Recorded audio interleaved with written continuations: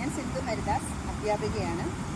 യോഗയുടെ ഗുണവശങ്ങളെക്കുറിച്ച് പറയാനാണ് ഞാൻ ഈ വീഡിയോ ചെയ്യുന്നത്.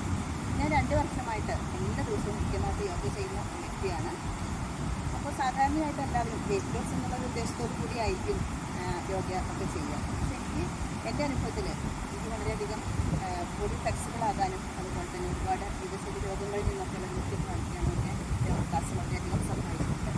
2 വർഷമായിട്ട് ഞാൻ സുരേഷ് സാറിൻ്റെ കൂടെയാണ് ഞാൻ യോഗ പരിശീലനം നടത്തിവരുന്നത്. ഓൺലൈനായിട്ടാണ്. എല്ലാ ദിവസവും 4:30 മുതൽ 5:30 വരെയുള്ള സമയത്ത് യോഗ ചെയ്യാറുണ്ട്.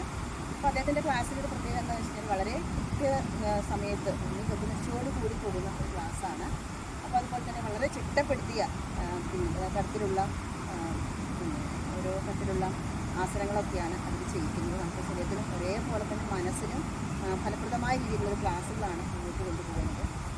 അപ്പോൾ എന്തുകൊണ്ടും അതൊരു എനിക്ക് വളരെ ഉപകാരപ്രദമായിട്ടുണ്ട്.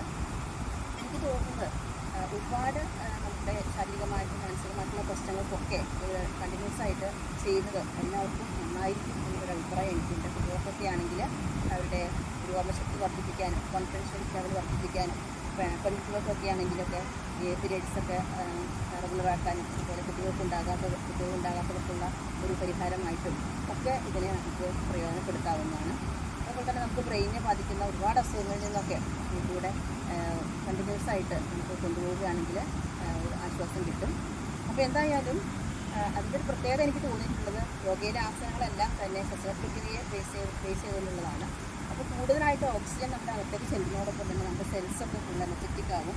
ആ ഒരു ഉന്മേഷം നമ്മുടെ ജീവിതത്തിൽ എപ്പോഴും ഉണ്ടാകും. അപ്പോൾ എന്തുകൊണ്ടും വളരെ നല്ലൊരു ഗുണമാണ് എനിക്ക് കിട്ടുന്നത്. എല്ലാവരും പറ്റുമെങ്കിലും കുറച്ച് സമയം യോഗയ്ക്ക് വേണ്ടി മാറ്റിവെക്കണം.